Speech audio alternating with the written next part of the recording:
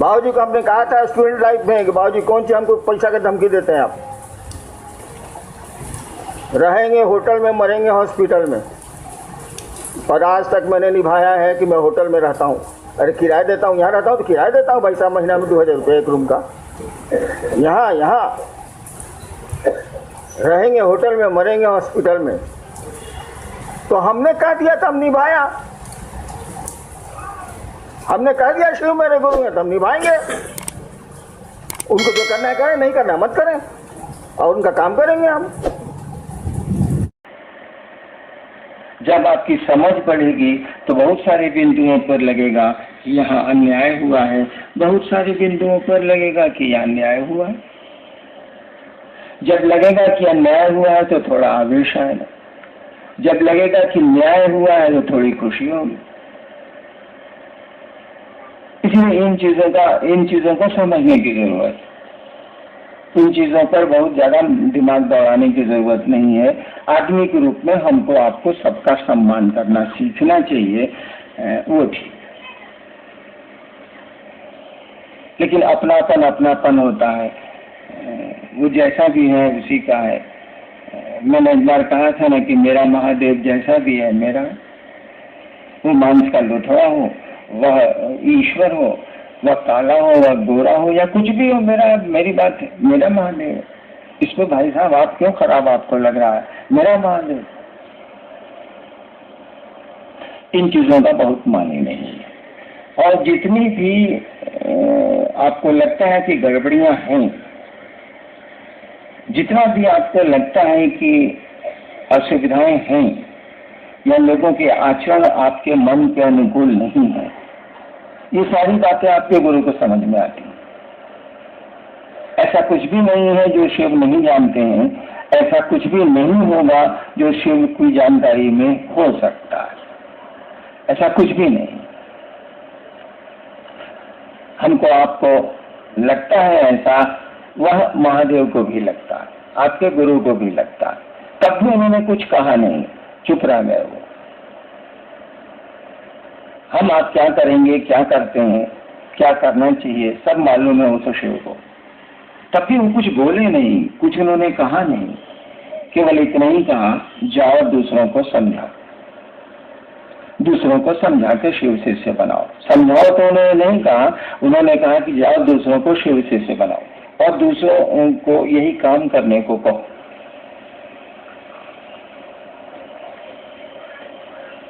उनको सब मालूम होगा जरूर कि भविष्य में क्या क्या होगा, और उनको अगर नहीं मालूम है तो शिष्य को तो मालूम हो ही नहीं सकता। तब भी वो कुछ नहीं बोले, चुप रह गए। क्यों चुप रह गए, इसका उत्तर तो उन्हीं के पास है। जो हम लोगों ने सुना उतना ही बोल सकते हैं। यानी जो उसने कहा है, अगर आप उसी पर खड़े रह जाएं।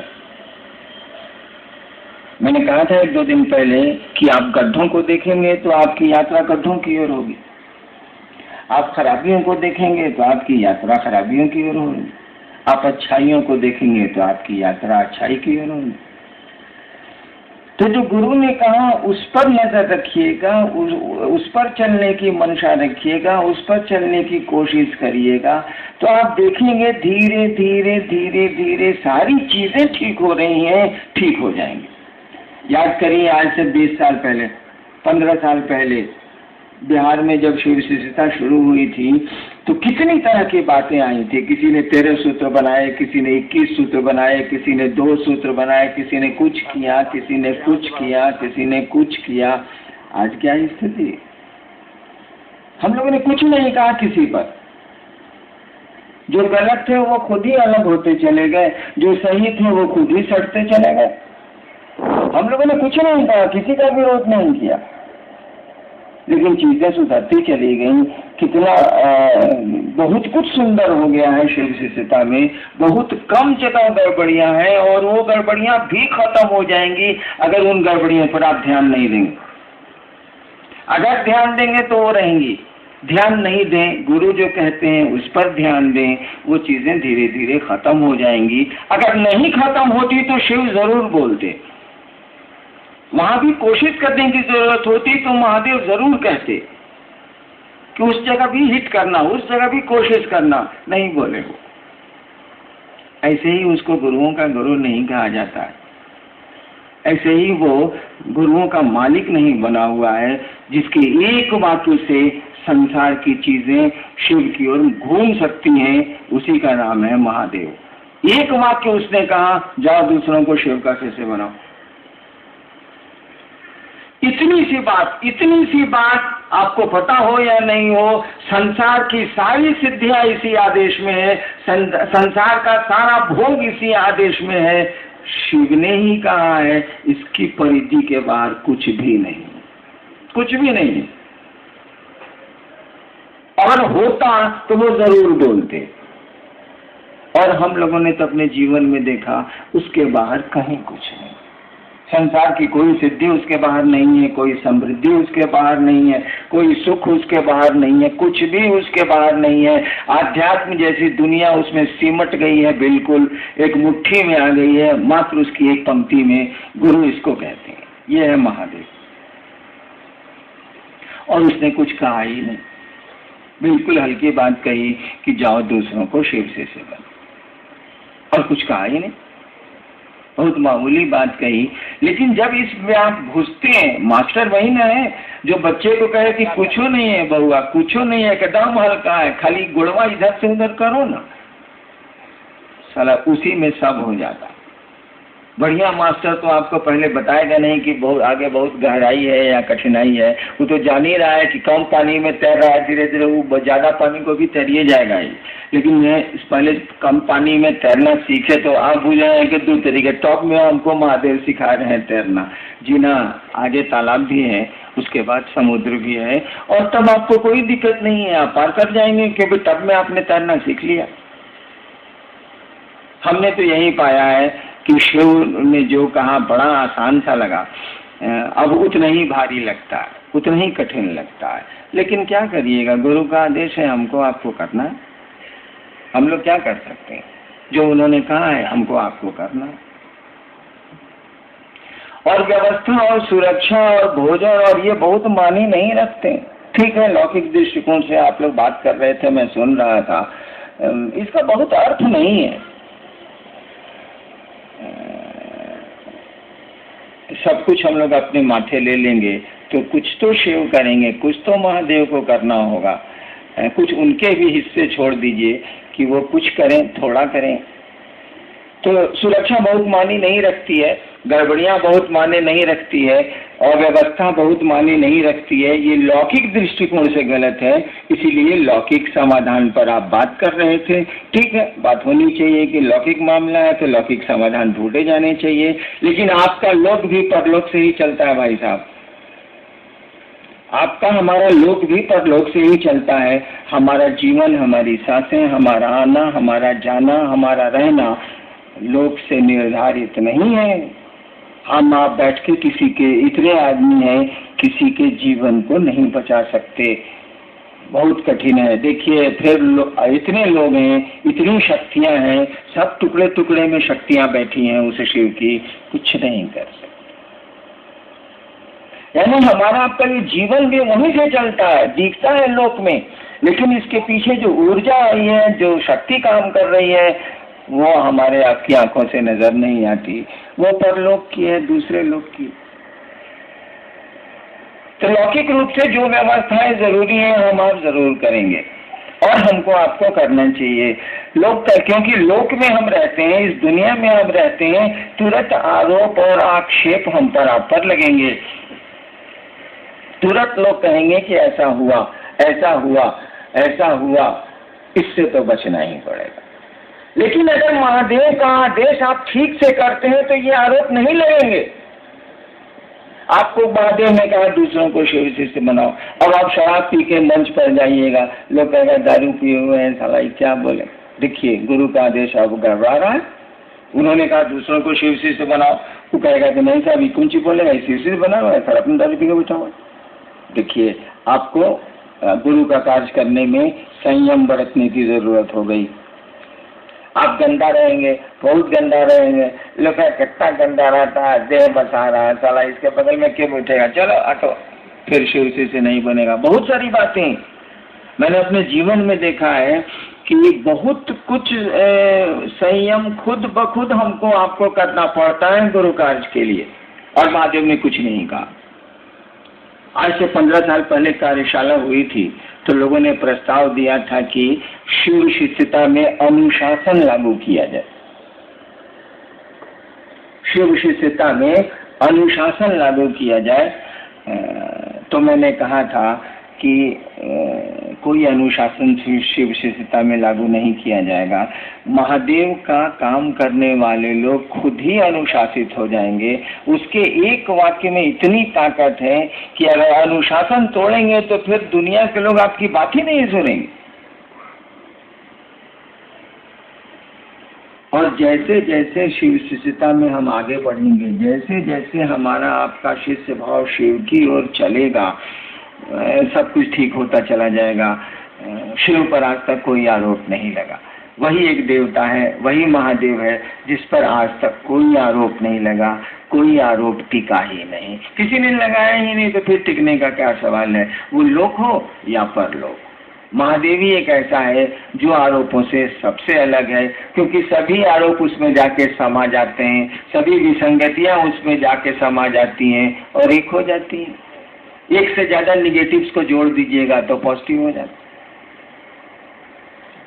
25 बार ना ना ना ना ना कहिएगा, वहां हो जाए। 2 ना मिलके एक हाँ बनाते हैं। तो हमने उसी शिव को गुरु माना है जो आरोपों की परिधि से बिल्कुल बाहर है। आप लौकिक कोई आरोप शिव पर नहीं लगा सकते, बिल्कुल बाहर है। हम आप उसके शिष्य हैं, उसके कहे के अनुसार करेंगे, हम आप भी आरोपों से मुक्त हो जाए। हम पर आप पर भी कोई आरोप नहीं लगेगा। यहाँ आरोप लगते हैं उन आरोपों से बचने के लिए। अगर हम गुरु के काम पर ध्यान दें, अगर जो महादेव ने कहा उस पर अपना ध्यान दें, हमको नहीं लगता है कि जगत आपको पूजेगा नहीं। आप शिव की, अभी भजन हो रहा था ना कि शिव की शरण में आके देखो गगन धरती को कैसे चूमता है, ये देखो बाबू। इसीलिए बहुत माथा दौड़ाने की जरूरत नहीं, बहुत आए पाए करने की जरूरत नहीं। जो गुरु ने कहा उसको सही मंशा से करने की कोशिश कीजिए। समझिए कि शिव ने क्यों ऐसा कहा है। अगर आप समझते हैं कि शिव ने इसको पैसा कमाने के लिए कहा है, शिव ने इससे प्रतिष्ठा कमाने को कहा है, इससे सम्मान हमको हासिल होगा, दुनिया और मोहल्ले और शहर के लोग मुझको जानेंगे, इस काम के लिए शिव ने आपको ये काम नहीं दिया है। उन्होंने इस काम के लिए दिया है कि दूसरों के मन में उस शिव के गुरु स्वरूप को बैठाओ, ताकि वो शिष्य बन सके और शिव की ओर अपना शिष्य भाव दे सके। बाकी काम गुरु का है, गुरु करेंगे। क्योंकि आपके गुरु ने आपको ये अधिकारी नहीं दिया है कि आप महादेव से पूछिए कि हम शिष्य बने हैं कि नहीं बने हैं। ये तो आदेश दिया नहीं। उन्होंने कहा दूसरों को बताओ, दूसरों को समझाओ। आप इतना पूछ सकते हैं कि दूसरों को कैसे समझाएं, ये पूछ सकते हैं आप, लेकिन अपने कैसे समझें ये आप नहीं पूछ सकते।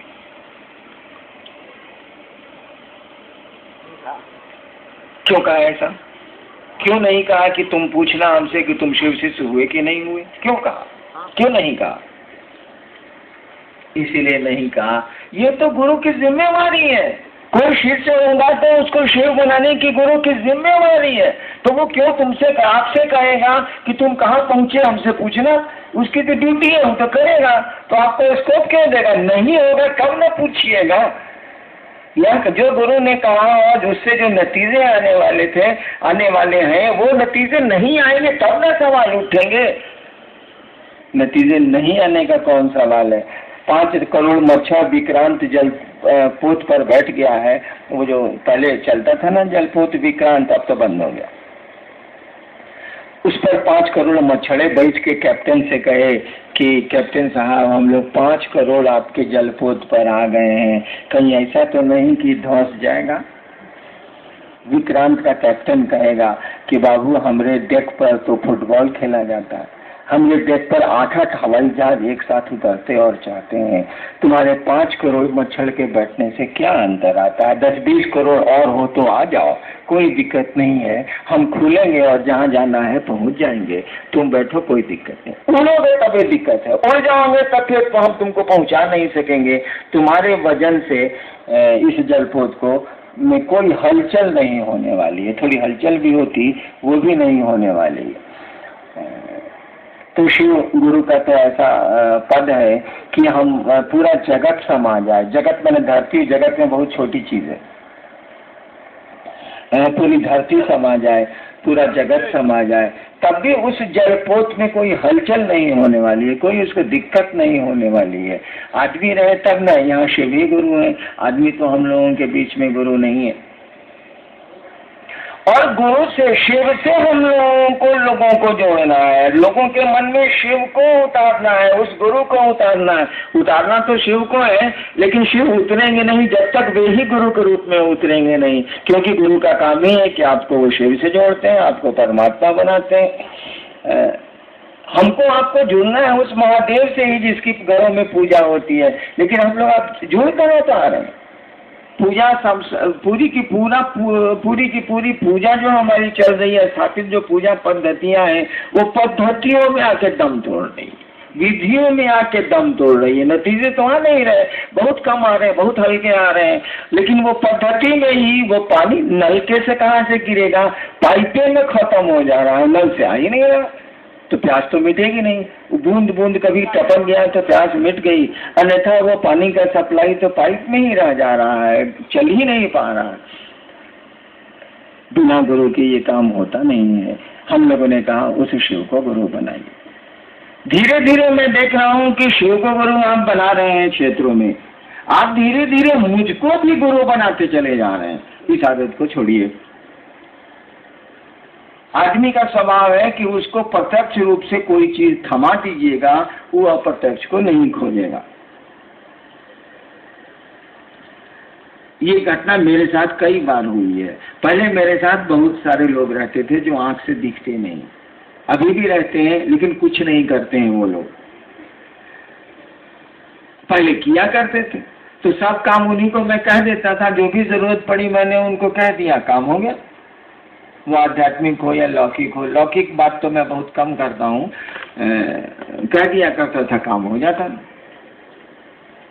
धीरे धीरे उन लोगों ने मेरा साथ छोड़ना शुरू किया, कह के छोड़ना शुरू किया कि रहेंगे लेकिन करेंगे नहीं।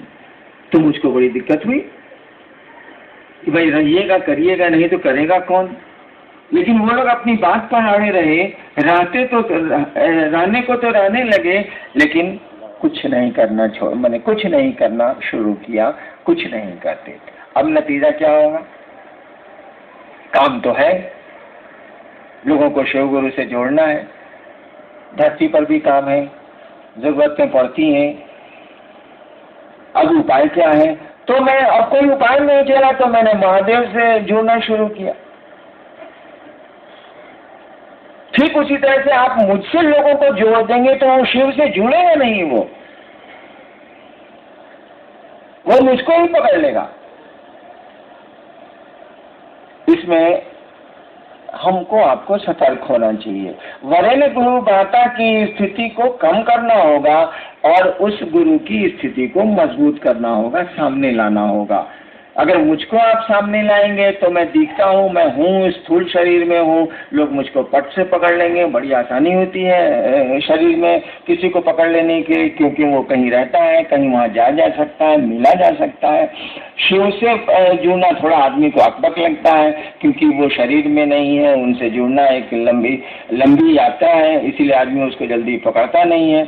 हम आप भी अगर इस धरती पर शिव का झंडा लहराने आए, शिव गुरु पद से लोगों को जोड़ने आए हैं, तो हमको आपको उस शिव को आगे करना होगा, उसी को सामने करना होगा, अपने पीछे होना होगा, आपको भी पीछे होना होगा, हमको भी पीछे होना होगा। पीछे होंगे तभी उसको आगे हम कर सकेंगे, अन्यथा वही पीछे हो जाएगा, हम ही आगे हो जाएंगे, आप ही आगे हो जाएंगे। इसलिए क्षेत्रों में भी आप शिव के गुरु स्वरूप को स्थापित करने की कोशिश करिए।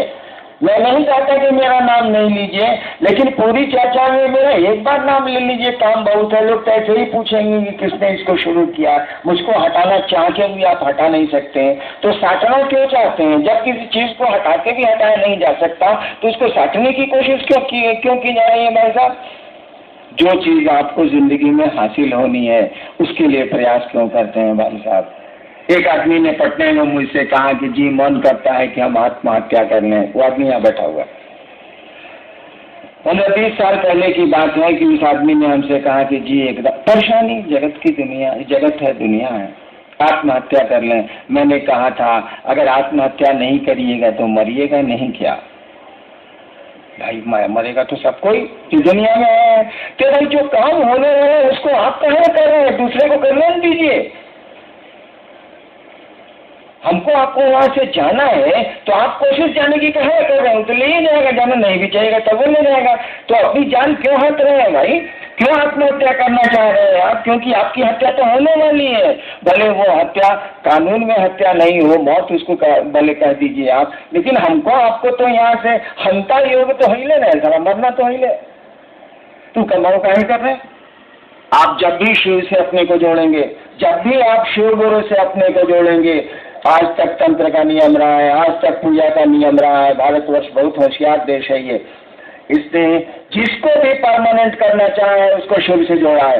जिस देवी को इसने चाहा है कि ये देवी बनी रहे उनको शिव से जोड़ दिया गया। जिनको कम जोड़ा गया वो धीरे धीरे मिट गई, जिनको पूरी तरह शिव से जोड़ा गया वो है, आज भी है, एक बलि है शिव से। वही, क्योंकि वही शिव सत्य है, वही सुंदर है। सत्य का मानी ही होता है जिसमें कभी कोई परिवर्तन नहीं होता है। सत्य शब्द का अर्थ होता है तो हलंत कहिए या यह कहिए, वही सत्य है, वही परमानेंट है, वही अस्थाई है, और कुछ भी यहाँ अस्थाई नहीं है। जब भी किसी को शिव से आप जोड़ेंगे वो चीजें अस्थाई होती चली जाएंगी। आप शिव का काम करते हैं, लोगों को शिव से जोड़ते हैं, उसके गुरु पद से जोड़ते हैं, धीरे धीरे आप अस्थाई होते चले जाएंगे। तो इसके लिए कोशिश कहाँ कर रहे हैं बापा? इसके लिए चेष्टा कहाँ कर रहे हैं? जो चीज मिलने वाली है उसके लिए हाय क्या हो रहा है? आप शिव से जुड़ेंगे, प्रतिष्ठा आपको कोई देने से रोक नहीं सकेगा, सम्मान कोई देने से रोक नहीं सकेगा। सांप जब जहर रखता है और टेढ़ा चलता है और गलती से शिव मंदिरों की नालियों से शिवलिंग पर चला जाता है, अरे वो पूजा जाता है, लाठियां नहीं खाता, अक्षत और फूल दिए जाते हैं, दूध दिया जाता है उसको, जबकि वह नाली का सांप है, सड़कों का सांप है। गलती से, भूल से, घूमते घूमते वह शिव मंदिरों की नालियों से शिवलिंग तक चला गया है, जनमानस उसकी पूजा करता है। और वही शिव मंदिरों से जब बाहर निकल जाता है तो लाठियां मिलती हैं, लोग मारते हैं और शिवलिंग पर उसकी पूजा करते हैं। बक्सर के प्रोग्राम में मैं गया था, दीदी भी आपकी थी, मैं चलने लगा तो 6-7-8 साल पहले की बात, 10 साल मैं चलने लगा तो प्रेस वालों ने मुझको घेरा। चलते समय मैं भागता हूँ, महोत्सव में जब खत्म होता है तो मैं भागता हूँ, इसीलिए भागता हूँ कि आप पाँव छूने के लिए शोर करेंगे, पाँव छूने की कोशिश करेंगे, और 5 आदमी हैं तब तो कोई दिक्कत नहीं है, लेकिन अगर 500 हैं और 5000 हैं तब तो अफरा तफरी मचेगी। गुरु बहनों की साड़ियाँ फटेंगी, आपके कपड़े फटेंगे, लोगों के पाँव टूटेंगे, हाथ टूटेंगे। इसीलिए रोक लगी हुई है कि नहीं, आप पाँव नहीं छू सकते। तो मैं हड़बड़ी में था, गाड़ी में चढ़ने जा रहा था, सतीश जी लोग सब लोग थे, रामविलास जी थे, मैं गाड़ी में चढ़ने जा रहा था। प्रेस वालों ने घेरा कि सर कुछ बोलिए, सर कुछ बोलिए। हम कहा भैया मैं उठ गया, अब क्या बोलूं। गाड़ी तक मेरा पीछा किया, अंत में कहा कि अगर लिख सकते हैं, सुन सकते हैं तो एक बात सुन लीजिए। उसने पूछा था प्रेस वालों ने कि आप इतने लोकप्रिय क्यों हैं? उस समय की बात है, अब तो पूछेगा कि आप लोकप्रिय, अब शब्द मेरे लिए खत्म हो गया। उस समय पूछा था कि आप इतने लोकप्रिय क्यों हैं, इतने लोग आपको सुनने क्यों हैं, यही सवाल था उसका। हम कहा हम जा रहे हैं भैया, हम हड़बड़ी में जा रहे थे। तो मैंने उत्तर दिया था कि एक वाक्य में अगर समझ सकते हैं तो समझ लीजिए, सड़क के सांप को किसी ने शिवलिंग पर रख दिया। सड़क के सांप को किसी ने शिवलिंग पर रख दिया है, लेकिन उस सांप को ये याद है कि उसको किसी ने रख दिया। सड़क के सांप को किसी ने शिवलिंग पे रख दिया है तो पुजारा है, लोकप्रिय है, लेकिन सांप को याद है कि किसी ने रख दिया है, यानी सांप बहादुर जी पूछ लीजिए, जो रखा उतारी हो सकता है, जब उतारेगा तो कितना लठी मिलेगा सो पूछ लीजिए। हमने यही कहा था, सड़क के सांप को किसी ने शिवलिंग पर रख दिया है, लेकिन सांप को ये याद है कि किसी ने रख दिया।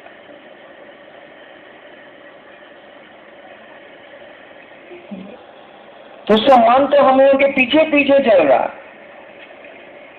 उसकी कोशिश क्या, उसके लिए प्रयास क्या, वो चाहिए उसको आपको हटाना कि हटाइए हटाइए हटाइए, हटे उठेगा नहीं आपसे। शिव के साथ सटे हैं, शिव के साथ दूसरों को सटा रहे हैं, सम्मान आप चाहिएगा, दुनिया चाहेगी तब भी नहीं हटा सकेगी। आप उल्टा उससे जुड़ने का प्रयास करते हैं, जो चीज होने वाली है उसी को करना चाहते हैं, नहीं भी करिएगा तो होगी, और उसको रोकिएगा तब भी होगी, क्योंकि शिव की बात आप कर रहे हैं, उनके गुरु स्वरूप की बात कर रहे हैं। सम्मान तो आपके साथ सटा होगा, उसके लिए कोशिश क्यों करते हैं, उसके लिए चेष्टा क्यों करते हैं? एक समय आएगा कि सम्मान आपको मिल जाएगा। अभी ही बहुत सारे गुरु भाई हैं जिनको मोहल्ले वाले नहीं जानते थे, अब जिलों से बाहर राज्य वाले उसको जानते हैं। देखिए सम्मान मिल रहा है कि नहीं मिल रहा है, वो चाहता नहीं है तब भी मिल रहा है, और चाहता है तब तो सारा महादेव के चले नहीं, वो समझता ही नहीं। तो हमको आपको वही करना है जो हमारे आपके गुरु ने कहा, और उसकी मंशा, और हमारे आपके करने की मंशा वही होनी चाहिए जो गुरु चाहते हैं।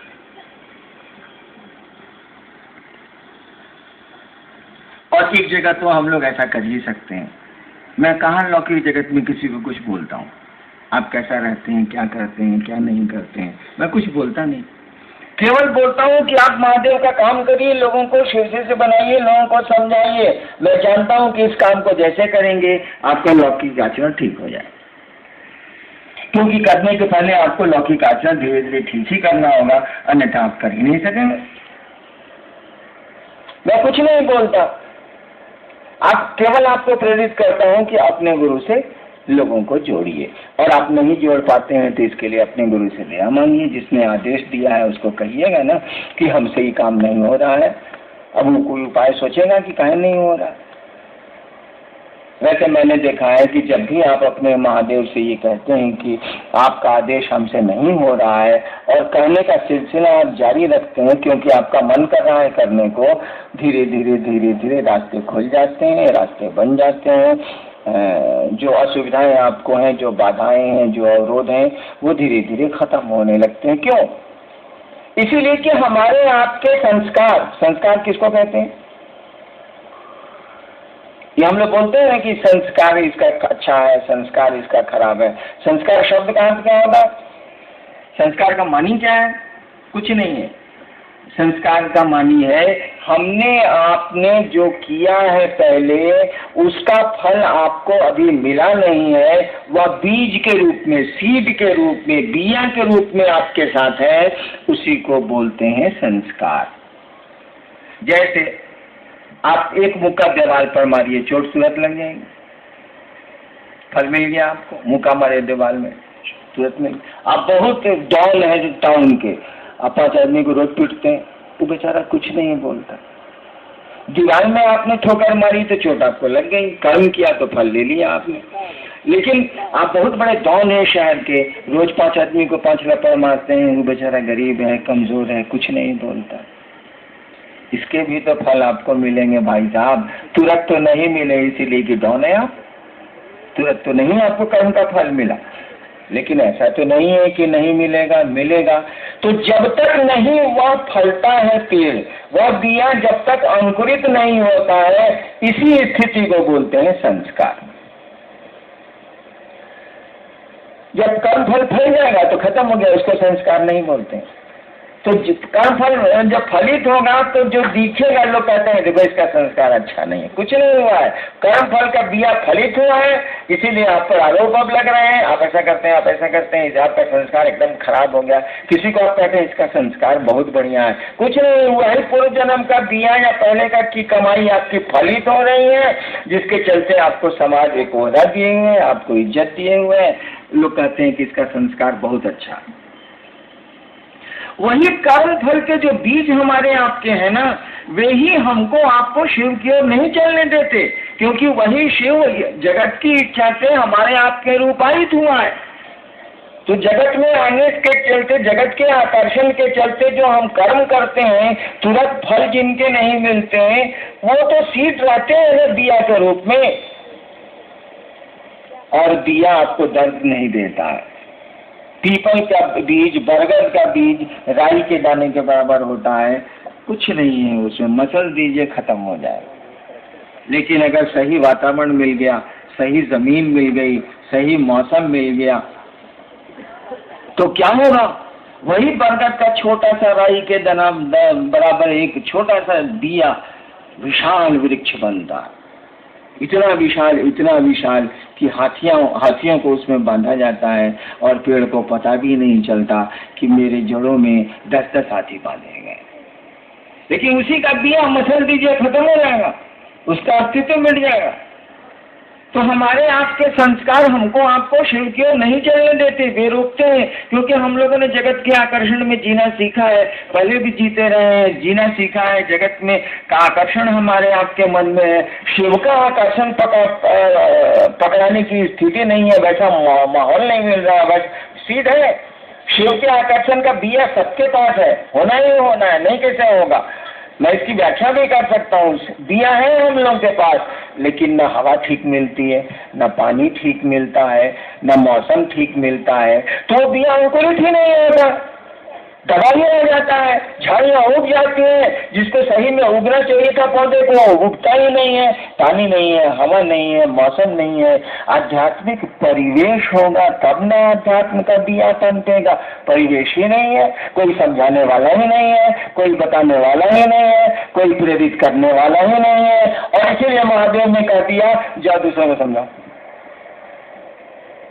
सीड उनके पास है, सीड सबके पास है, दिया सबके पास है। अनुकूल वातावरण दोगे, अनुकूल पानी दोगे, अनुकूल हवा दोगे, अनुकूल मौसम दोगे, तभी ना वो दिया पनपेगा, अंकुरित होगा। अन्यथा कैसे अंकुरित होगा? पड़ा रहेगा, बहुत ज्यादा स्थितियां खराब हुई तो सड़ जाएगा।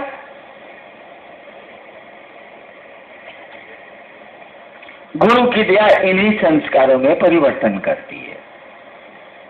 गुरु की दया हमारे प्रारब्ध कर्मों में परिवर्तन करती है। जब उनकी दया आपको मिलेगी तो आप गुरु चर्चाएं करते हैं तो आपके कष्ट कम होते हैं, आपकी तकलीफें, आपकी बाधाएं, आपके जीवन के अवरोध घटते हैं। क्यों घटते हैं? गुरु चर्चा करते हैं, गुरु का आदेश करते हैं, जैसे किसी का आदेश मानिएगा उसकी दया आपको मिलेगी। जैसे किसी की हुकूमत मानिएगा वो आदमी आपके प्रति सॉफ्ट कॉर्नर होगा, उसके पास आपके दिल में जगह होगी, उसकी दया आपको मिलेगी। और गुरु की दया, शिव की दया, धरती पर कौन सी चीज है जो नहीं हो सकती? किम न सिद्धते भूतले। शिव अगर चाहे तो इस संसार में क्या है जो नहीं हो सकता। धीरे धीरे हमारे कर्म फल के बीज दग्ध हो जाते हैं, जलने लगते हैं, फिर अंकुरित नहीं होते। अंकुरित नहीं होते तो आपकी बाधाएं कम हो जाती हैं, अवरोध कम हो जाते हैं। दिया तो रहता है लेकिन पेड़ नहीं बनता। तो आप उनसे दया मांगने की मानसिकता में जाएंगे, उनके आदेश को करने की मानसिकता में जाएंगे, और आपसे नहीं होगा तो छटपटाएंगे आप। किसी का जीवन बचाना चाहते हैं, आपका प्रिय है और बचा नहीं पा रहे हैं तो छटपटाएंगे आप, रोएंगे आप, चिल्लाएंगे आप, क्योंकि आपका बस नहीं चल रहा है। बीमारी लाइलाज हो गई है, बिना इलाज के, इलाज पर भी नहीं ठीक हो रही है, उसका इलाज नहीं हो पा रहा है, और आपका कोई प्रिय आदमी है। आपको छटपटे भी कीजिएगा, आप तो रोई भी कीजिएगा, आप तो चिल्लाई भी कीजिएगा, आप तो माथा फोड़ भी कीजिएगा अपना। जब ये मन की स्थिति आ जाएगी कि मेरे गुरु का आदेश है और मुझसे नहीं हो रहा है, आप चाहत आपकी बहुत तेज हो गई है, तो छटपटाइएगा, हल्ला करिएगा, शोर करिएगा, हंगामा करिएगा। लोग कहेंगे आवेश में बोलता है, कुछ नहीं है, छटपटाहट है, इसीलिए आप ऐसा बोलते हैं। मेरी पत्नी बीमार पड़ी पटने में 94 या 97 में। 1 बजे रात में उनको स्ट्रोक जब पड़ा तो मैं थोड़ा कोढ़िया हूँ, अस्पताल से बहुत डरता हूँ। तो हमने कहा कि फ्लैश से डॉक्टर लोग को बुलाओ, जल्दी बुलाओ, जल्दी बुलाओ, जल्दी बुलाओ। मेरी साली मेरे रूम में थी, स्ट्रोक पड़ गया तो मेरी साली मेरे रूम में थी। एक हाथ उसने मार दिया कि चलिए अस्पताल लेके चलिए, चलिए अभी अस्पताल लेके। देखिए दिस इज आवेश। उसकी छोटी बहन है, उसको नहीं बर्दाश्त हुआ, एक हमको ठेल दिया उसने, चलिए गाड़ी निकलवाइए जल्दी से, चलिए लेकर दीदी को। आवेश, अपनापन का आवेश यही है। उसने मारा मुझको थोड़ा ही, उसका अपनापन आवेशित हो गया। तो जब हमको आपको कोई चीज हम चाहेंगे और नहीं मिलेगी तो छटपटाहट होगी, आवेश होगा। आप नहीं करेंगे तो मैं आवेशित खुद ही होता हूँ, कम होता हूँ लेकिन होता हूँ। आखिर कोई कितना कहेगा, सोचिए तो। कहते कहते कार्यशाला बुला रहे हैं, ये कर रहे हैं, वो कर रहे हैं, वो कर रहे हैं, कितना कोई कहेगा।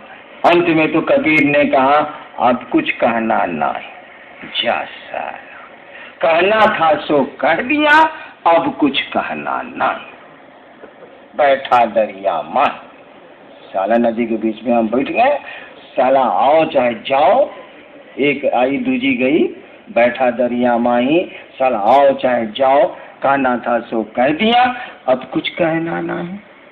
यहाँ भी कभी आवेशित है, कारण के साथ कहना था सो कह दिया, अब कुछ कहना नहीं।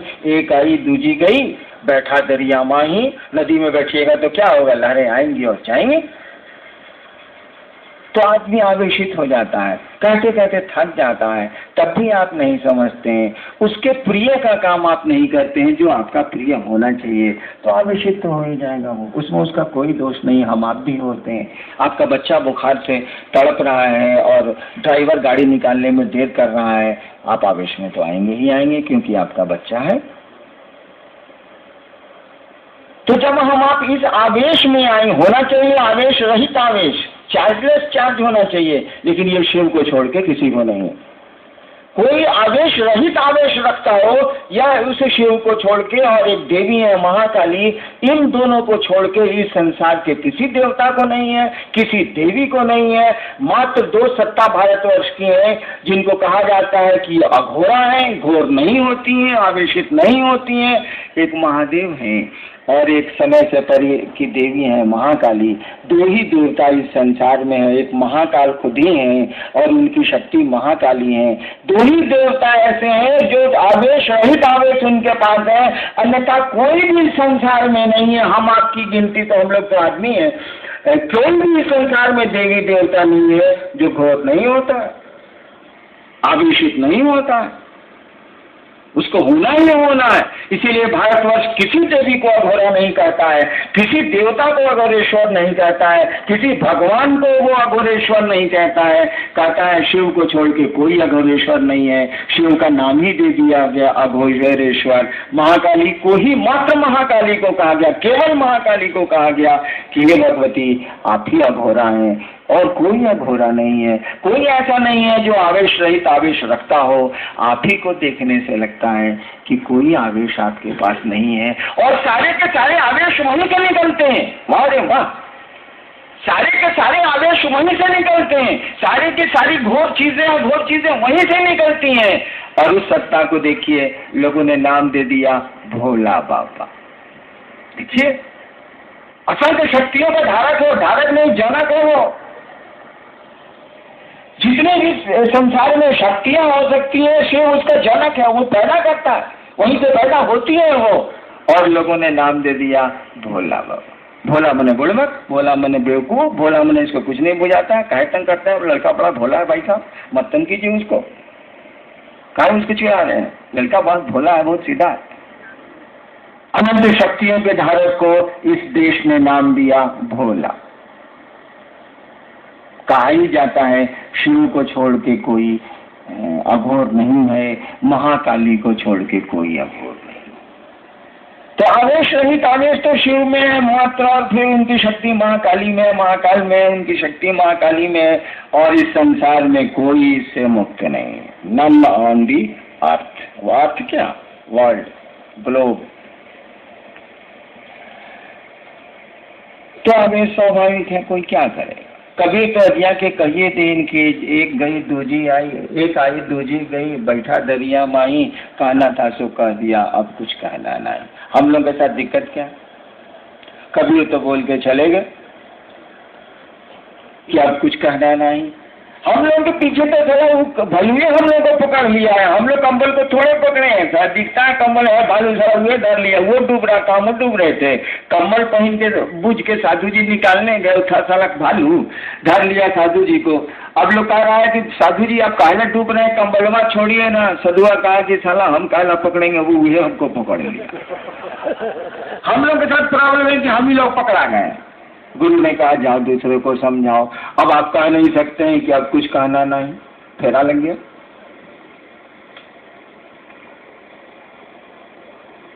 जब आपके गुरु का ही आदेश है कि दूसरे को समझाओ, तो कबीर बहुत सुंदर लगता हो, उनकी बोली उनकी बहुत अच्छी लगती हो, तो अच्छी लगने से क्या होगा, गुरु का आदेश है समझाओ। भले वो कहें कि अब कुछ कहना नहीं। हम लोगों के साथ तो ऐसा नहीं है, जब तक आवाज़ चलेगी, जब तक शब्द हैं हमारे पास, जब तक हम बोल पा रहे हैं, तब तक कोशिश करेंगे समझाने की, समझाते रहेंगे। तो हम आप अगर गुरु का आदेश नहीं कर पा रहे हैं तो उससे दया लें, मंशा बनाए। हम लोग इतना शोर क्यों कर रहे हैं? गुरु चर्चा करिए, लोगों को शिव से बनाइए, गुरु चर्चा करिए, लोगों को शिव से बनाइए, इसीलिए कि आपकी चाहत पैदा हो, आपके भीतर ये इच्छा पैदा हो कि हम गुरु का कार्य करें, हम शिव का कार्य करें, ये इच्छा पैदा हो। इच्छा पैदा होने न दीजिए, इलाज तो हम लोगों के पास है ले। चाहत पैदा होने न दीजिए कि कोई आपका बीमार है जल्दी से ठीक हो जाए। किसी को अपना समझिए तो जरा, अपने मन में ये चाहत पैदा होने दीजिए ना कि महादेव का काम करना है, ऐसा मन से करना चाहते हैं, मन से करने जब चलना है तो करेंगे। महादेव का गुरु का काम चेला नहीं करेगा तो पब्लिक करेगी, गुरु का काम चेला करेगा। गुरु के हाथ पांव ही उसके शिष्य होते हैं और दूसरा कोई नहीं होता। उसकी पूरी दुनिया में गुरु की पूरी दुनिया में शिष्य होते हैं और कुछ हो ही नहीं सकता। वह पिता होगा तो कोई उसका पुत्र होगा, लेकिन गुरु जब भी होगा तो उसकी दुनिया में शिष्य ही बसते हैं। डॉक्टर की दुनिया में रोगी ही बसते हैं, वकील की दुनिया में उसके क्लाइंट ही बसते हैं। हाँ, फिर किसी का बेटा होगा तो कोई उसका बाप होगा, लेकिन वकील होगा तो वकील शब्द ही जुड़ा हुआ है मुकदमे से, लोगों के मुकदमे लड़ने से, उसकी दुनिया उतनी ही भर है। तो जैसे आपकी चाहत आपके भीतर बढ़ेगी, जिसकी कोशिश में हम आप लगे हैं, जैसे चाहत आपकी बढ़ेगी, छटपटाहट आएगी, रोकेंगे आपके कर्म फल, रोकेगा उस शिव की सृष्टि की इच्छा रोकेगी। वही शिव रोकता है भाई, माया भी उसी की है। रोकेगी उसी शिव की सृष्टि की इच्छा जो जगत की ओर हमको आपको लेकर जा रही है। फिर आएगी उस गुरु की दया जो उस इच्छा को तोड़ेगी, जो शिव सृष्टि की इच्छा है, शीर्ष इच्छा है, उसको तोड़ेगी, उससे लड़ेगी और आपको घुमाएगी शिव की ओर। दोनों साथ साथ चल रहे हैं। उस शिव की इच्छा भी चल रही है जो शिव को जीव बना रही है, उसकी यह भी इच्छा साथ साथ चल रही है जो जिसको दया भाव बोलते हैं, जो जीव को शिव बना रही है। दोनों साथ चल रही है, दोनों में कोई दिक्कत नहीं है, कोई कठिनाई नहीं है। एक ही कठिनाई है कि दया की स्थिति में मन जाएगा तभी दया का कनेक्शन बैठेगा, बिजली जलेगी, अन्यथा नहीं जलेगा। हम लोगों ने कहा शिव बोलो, उस शिव को अपना गुरु बनाओ, गुरु चर्चाएं करो जो गुरु कहते हैं, जो उनका आदेश है।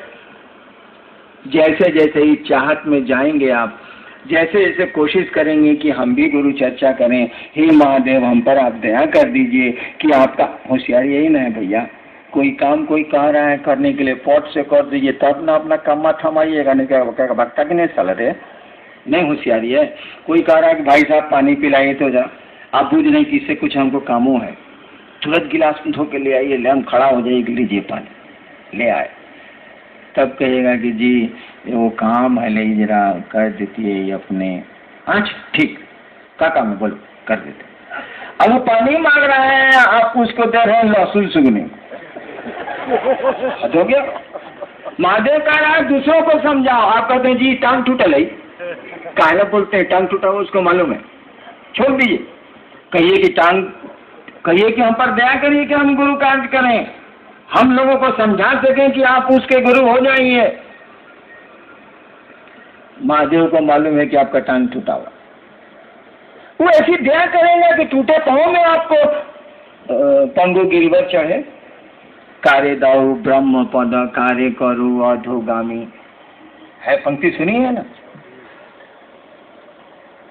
आज देखिए, मूक हो ही वाचाल, कहा जाता है ना कि आप अगर चाहें तो जो गूंगा है वो बोली बोलने लगता है। मूक हो ही वाचाल, करोड़ों आज गुरु बहने हैं जो मूक थी अपने घरों में, वाचाल हुई है कि नहीं हुई है? मूक हो ही वाचाल। जो लोग कुछ बोलते नहीं थे, घरों में सिमटे थे, अपने पति और अपने सास ससुर का लाख चाहते थे, वो लोग आज वाचाल हो गए। वो लोग अब बोलने लगे हैं, मन से बोलने लगे हैं, भीड़ में बोलने लगे हैं, मौसम में बोलने लगे हैं। हे मूक वाचाल नहीं हुआ। देखिए उस श्री में कितनी ताकत है। मूक हो ही वाचाल, आप जो मूक थे, कोई आवाज आपके पास नहीं थी, आपको बोली निकाल दिया उसने, मूक को वाचाल कर दिया उसने। ठीक उसी तरह से पंगु गिरवर लगा, जो लंगड़ा है वो पहाड़ों को पार कर जाता है। आप पार करते हैं कि नहीं? मैं ऐसे शिव शिष्यों को जानता हूँ जिनके पांव टूटे हुए हैं और अब वो ठीक नहीं होंगे। मैं ऐसे शिव शिष्यों को जानता हूँ जो अंधे हैं और कुछ नहीं उनको दिखता है, और मामूली महादेव का काम वो नहीं करते। देखिए वो लंगड़ा है, पहाड़ चढ़ा दिया ना महादेव, चढ़ गया ना वो शिव की बात करता है, लोगों को शिव की और चलने की बात करता है। खुद ही पहाड़ चढ़ गया है, दूसरों को पहाड़ पर चढ़ के आवाज दे रहा है, आइए इस पहाड़ पर चढ़िए, ये तो शिव का शिखर है, शिव की चोटी है, शिव का पहाड़। कहना था तो कह दिया, अब कुछ कहना नहीं।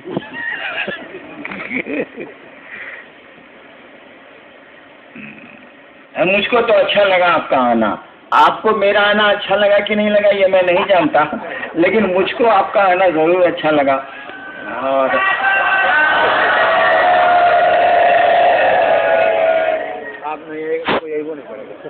वैसे कहने से तो नहीं होगा, लेकिन मेरा दिल जानता है, आपसे मिलकर मैं बहुत प्रसन्न होता हूँ। लेकिन आपकी घटिया बातों को सुन के थोड़ा मुझको आवेश भी आता है। शिव नहीं हूँ इसीलिए आवेश तो आएगा ही आएगा। मैं हीरा बांटता हूँ, आप यहाँ से ले जाते हैं बालू, गुस्सा तो जरूर आए। आप आके कहते हैं कि ये दिक्कत है, ये दिक्कत है, ये दिक्कत है, ये दिक्कत है। हम कहते हैं तुम शिव को ले जाओ नहीं यार, वो अस्थाई निदान है तुम्हारा। तुम्हारी एक बीमारी तो मैं ठीक कर सकता हूँ, तुम्हारे एक कष्ट को तो मैं हटा सकता हूँ, लेकिन ऐसा थोड़ी है कि फिर रक्त बीज की तरह ये राक्षस पनपेंगे नहीं। एक एक बूंद जैसे जैसे खून गिरेगा, रक्त बीज की तरह दूसरा राक्षस पैदा होगा। जीवन दे डरे को दंड। हम आप इस धरती पर आए हैं, कौन धरती पर सुख पाया, जरा हमको बता दीजिए तो। कोई है? कोई नहीं है। एक बड़ी सुंदर कहानी है, मैं कभी कभी कहता था पहले। महाभारत खत्म हो रहा, 18 दिन का महाभारत खत्म हो रहा। भीष्म पितामह शरशय्या पर लेटे हुए, उनको इच्छा मृत्यु थी, इसीलिए उन्होंने कहा था कि सूर्य जिस दिन उत्तरायण होंगे मैं अपना शरीर छोड़ूं। महाभारत खत्म हो चुका है, 7 आदमी जिंदा, 5 पांडव, सात्विकी और कौन, छोड़िए कहानियां मैं भूल जाता हूँ। 7 आदमी जिंदा है। अर्जुन कह रहे हैं कृष्ण से, लाशें पड़ी हैं, जो चित्रण हम लोग के सामने किया गया, हम लोग क्या जाने, सारा महाभारत के समय में हम लोग कुकुर थे कि आदमी थे, क्या पता। अर्जुन कहते हैं कृष्ण से कि हे केशव, चलिए हम लोग भीष्म पितामह का दर्शन कर लें, पितामह का दर्शन कर लें। कृष्ण आते हैं, वो 5 पांडव, हाँ सात्विकी कृष्ण और 5 पांडव साथ हो ही गया। ये लोग आते हैं, भीष्म पितामह के सामने खड़े होते हैं, वो शरशय्या पर लेटे हुए हैं। भीष्म की आंखों से आंसू बह रहे, लेटे लेटे दोनों तरफ से आंख से आंसू बह रहे। अर्जुन ने भीष्म पितामह की आंख में आंसू देखे तो कृष्ण से सवाल किया कि केशव, पितामह को तो इच्छा मृत्यु है, 10 वसुओं में एक है ये, शिव के अनन्य भक्त ही ये परशुराम के शिष्य थे। और तब मौत से इनकी आंख में आंसू क्यों? मौत के भय से इनकी आंख में आंसू है। 10 वसुओं में एक है, इच्छा मृत्यु इनको प्राप्त है। परशुराम, महर्षि परशुराम के शिष्य है ये, और तब मौत का भय इनको सदा रहा है, इनकी आंख में आंसू है। अर्जुन कृष्ण से पूछा है, कृष्ण कोई उत्तर नहीं दे रहा, चुप। सवाल हुआ है केशव से, उत्तर आप दे रहे हैं भीष्म पितामह, लेटे लेटे। और भीष्म पितामह अर्जुन को उत्तर नहीं दे रहे हैं, अब कृष्ण को उत्तर दे रहे हैं। सवाल अर्जुन का केशव से है, केशव कुछ नहीं बोल रहे हैं, और भीष्म पितामह उत्तर दे रहे हैं अर्जुन को नहीं, कृष्ण को। भीष्म ने कहा, पितामह ने कहा कि केशव, मेरे आंखों में आंसू इसलिए नहीं है कि मुझको मृत्यु का भय है, मुझको तो इच्छा मृत्यु प्राप्त है, मौत से मुझको कोई भय नहीं।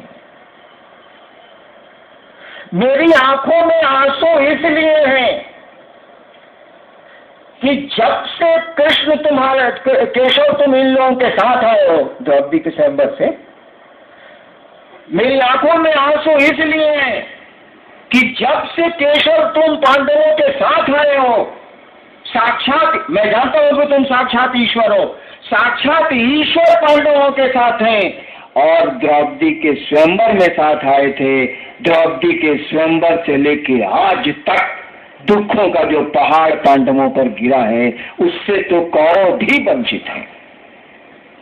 मैं इसीलिए मेरी आंखों में आंसू हैं कि उस परमात्मा की लीला का तो कुछ पता ही नहीं चलता। साक्षात परमात्मा पांडवों के साथ है, और कौन सा नतीजा इनका नहीं हुआ है। जब से साथ है, द्रौपदी के स्वयंवर से लेके आज तक जब से साथ है, इन पर जो दुखों और पहाड़ों का तूफान गिरा है, वो तो पांडवों पर भी नहीं, वो कौरवों पर भी नहीं गिरा। मेरी समझ में नहीं आता कि ईश्वर साथ में है, साक्षात केशव आप साथ में है, तब तो उनका सब नतीजा मुड़ गया। उस परमात्मा की, उस महाकाल की क्या लीला है, ये मेरी समझ में नहीं आ रहा है, और इसीलिए आंखों से आंसू बह रहे हैं। तो दुखों का क्या लीजिएगा, रुकावटों का क्या लीजिएगा। शिव भी साथ रहेंगे, और शरीर में हम आप हैं, और वो भी अगर शरीर में रहेंगे तो अपने ही नियम में बंद के शिव को रोना पड़ता है, हंसना पड़ता है, उसी के नियम बनाए हुए हैं। लेकिन नियम जब कानून सरकार ने बना दिया है, तो सरकार का कोई भी उच्च से उच्च पदाधिकारी हो, वह नियम उसको भी समेटते हैं। ठीक उसी तरह से नियम तो शिव की इच्छा से बने हैं, उसी के बनाए नियम हैं। लेकिन शिव भी जब धरती के दायरे में आएगा, शरीर में आएगा, या शरीर लेगा, भूख लगेगी फिर शरीर लेगा, तो उसको भी वही कानून पकड़ेगा, वही नियम उसको पकड़ेंगे। अंतर इतना ही होगा कि उसके पास इतनी ऊर्जा नहीं होगी कि जो चाहेगा उसको कर लेगा। कृष्ण जो चाहेंगे सो होगा, राम जो चाहेंगे सो होगा, नतीजा भी साथ ही साथ होगा। कृष्ण भी साथ रहेंगे तो पांडवों का नतीजा होना ही होना है। लेकिन कृष्ण ने जो चाहा वो कर लिया। शिव भी शरीर में आएंगे, जो चाहेंगे कर लेंगे।